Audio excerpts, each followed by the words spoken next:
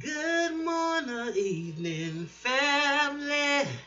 I'm the friendly announcer, and I got some serious news to pass on to everybody.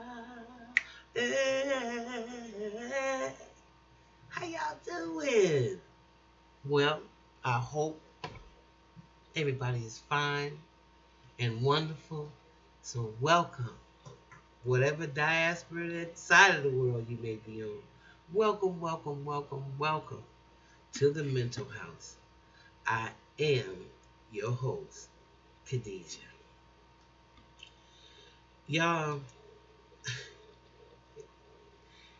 oh my goodness. I know y'all say that sometimes I stay on religion too much. Well, being a PK, we can't help it. Especially those of us who have woken up, who have been enlightened, those of us who know that, especially if we've been dogged out or abused by people in the church, and those of us who have come into our own, when we hear stories like this one, next one I'm about to share with you, it just hurts you so bad, because you really realize that narcissism in church and religious people go hand in hand. And then you realize that as a child, you're basically a hostage. You're a hostage in a system of people who don't respect your feelings, who don't respect that you have a little soul and a little heart and a little mind and little feelings that belong all to you. And with that being said, you are still looking as a kid to these individuals for sustenance and guidance, and they take you on a roller coaster ride, because basically you're held hostage. You can't escape, and you're at the demand of whatever these narcissists pretty much want to put you through. This story hurts on so many levels. A father drowned his daughter, 4, in the baptismal water of the Catholic Church.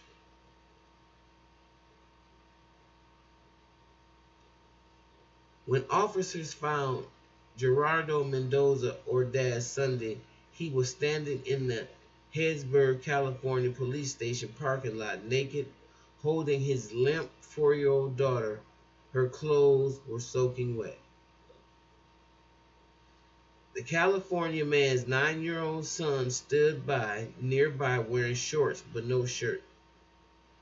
Ordaz was screaming, "Help," and "Police, help." For 90 minutes, authorities attempted to revive the unresponsive little girl. At a local hospital, she was pronounced dead. Hours later, after a lengthy, detailed statement from Ordaz, the man was arrested in connection with his daughter's slaying. According to the Associated Press, at a press conference Monday, Healdsburg Police Chief Kevin Burke would not say why authorities believe Ordaz killed his daughter, but he did say how. "We do believe she was drowned intentionally." The man and his son led authorities to the crime scene, just 75 yards away from the police station, inside St. John the Baptist Catholic Church. There, in the sanctuary, sits a large baptismal pool about 1 to 2 feet deep, 8 feet wide, and 10 feet long. Lieutenant Mark Jenkins told the press on Sunday the doors to the church were left unlocked, and for those who wish to linger in the sanctuary and pray. Police believe that Ordaz was alone there with his children when he allegedly submerged a 4-year-old girl under the baptismal waters. An autopsy was conducted Monday to determine the official cause of death. Now,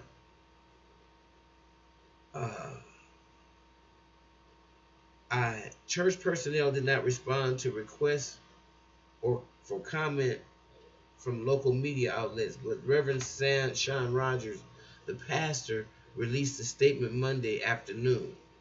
Sunday night, there was a tragedy in the church. A little girl lost her life. When the police finish their investigation, we will know more. In the meantime, please pray for the family, the parish, and the community. Now, I don't know what to say about something so bizarre as this. Uh, it doesn't do me any good to speculate. But when you're dealing with illness, mentally ill parents, narcissism, and what is happening all across the diaspora with people in their mental health state, that is that's the real cause right now for alarm, because the crazies are let out the asylum. Okay? And I hear a lot of people saying stuff, and I know this is, how I do. I know this is gonna go around a little bit, but I hear a lot of people saying stuff like, the Ku Klux Klan has infiltrated the police departments, and I think maybe I have said that before, because the FBI gave the statistics. There has been an influx, but somebody challenged my thoughts the other day. I love to be challenged. Somebody said, "Well, I disagree with what the FBI said." Then I said, "Well, they got the data right there that proves." They said, "Well, I still disagree with the wording of it." They said, "In fact, there has been influctuation, all right, but probably since 2007, there's been an influctuation of real police officers, and they've infiltrated the Klan organization." And I was like, "What?" He said, "Just think about it. The Klan has always been a part of the police departments and the judicial system in the state, and they wore their badges back in the day. Probably the sheriff. They used to. In fact, there's a lot of old pictures with the Klan, the sheriff, and his robe is accidentally opened or whatever, and you see the badge there. I mean, it was common knowledge. So maybe it is the other way around. Maybe the good people are infiltrating these Klan organizations. Like I said, in my mind, maybe that's the creator in me. I always try to look to things in the opposite way. So if we're willing to say that since 2007 or 2008, that the Ku Klux Klan has infiltrated the departments, I think we should look at that a different way. Since 2008 or 2007, the good people have been trying to infiltrate the police departments in spite of the Klan mentality that has been there all through time. That's really how it is. And in my mind, I don't see it no other way.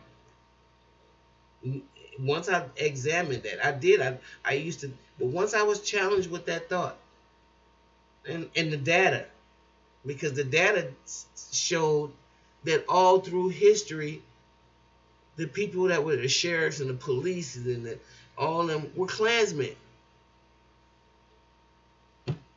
So why are you getting up in bunch right now? It's all of this stuff, like even with Pence.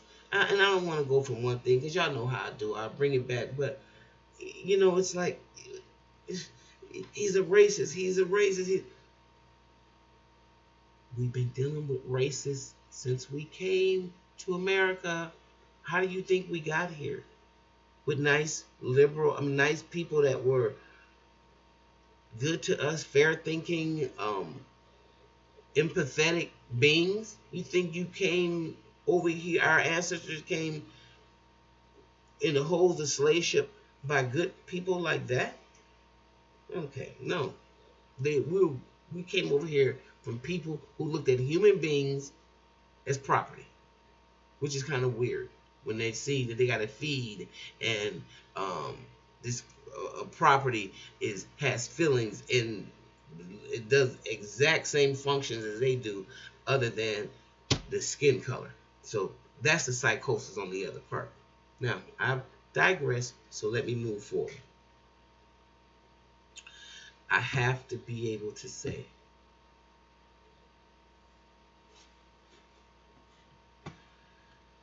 Lord have mercy. Don't get so caught up in religion that you lose your common sense. Use it for a roadmap to get you out of whatever situation is to to uplift your spirits. But when you start doing stuff that is just really either mentally ill or super religious, I don't know the difference between the two. I really don't. You have the result with stuff like this. All right, I'm gonna go. If you like what you hear, please like and subscribe. And I'll see y'all next time in the mental house. Bye bye.